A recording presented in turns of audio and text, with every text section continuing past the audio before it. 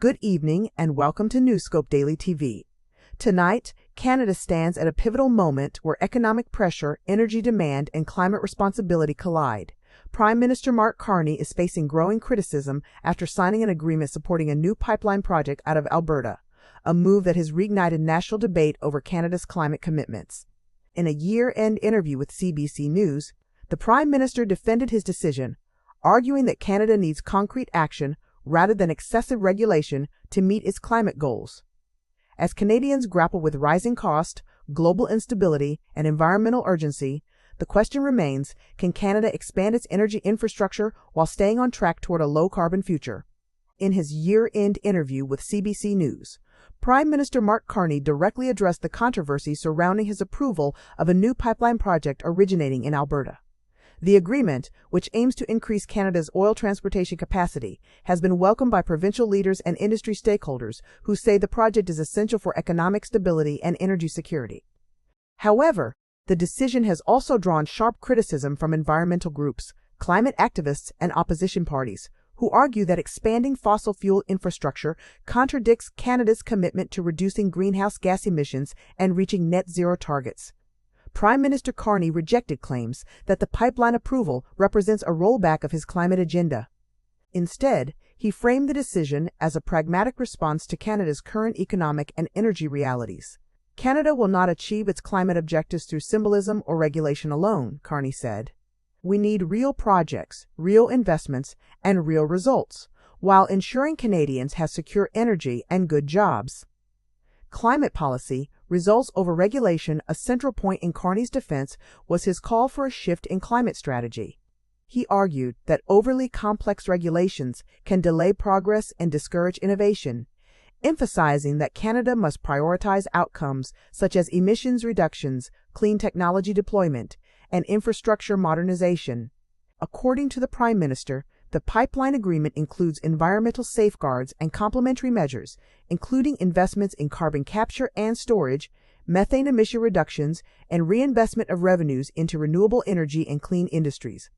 Carney stressed that economic growth and climate action should not be treated as opposing forces. We cannot regulate our way to net zero, he stated. We must build our way there. Economic pressures and energy security. The discussion also highlighted the broader economic context influencing the government's decision. With global energy markets under strain and geopolitical tensions reshaping supply chains, Canada faces increasing pressure to ensure reliable energy access both domestically and for international partners.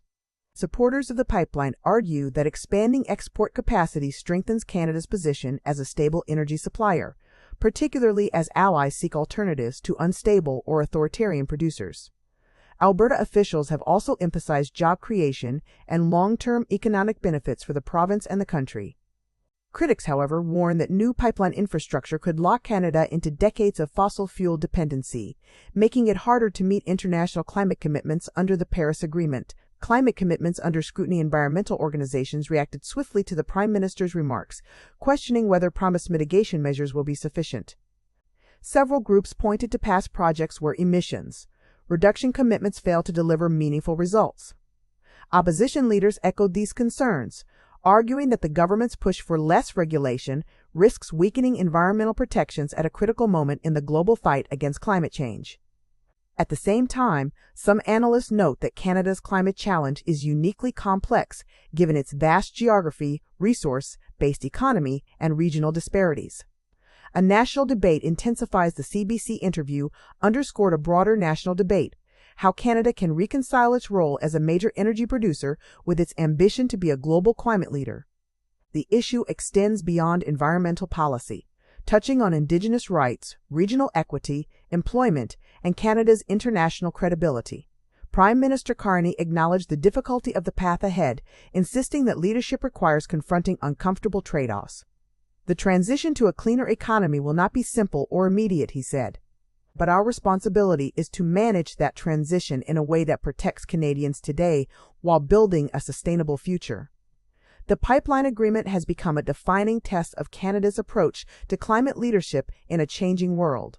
Supporters see it as a necessary step to protect jobs and energy security, while critics view it as a dangerous contradiction to Canada's environmental commitments. As political debate intensifies and public scrutiny grows, the decisions made in the months ahead will shape not only Canada's energy future, but its economic stability and global standing. You're watching Newscope Daily T. Thank you for joining us. Stay with us for continued coverage and in-depth analysis.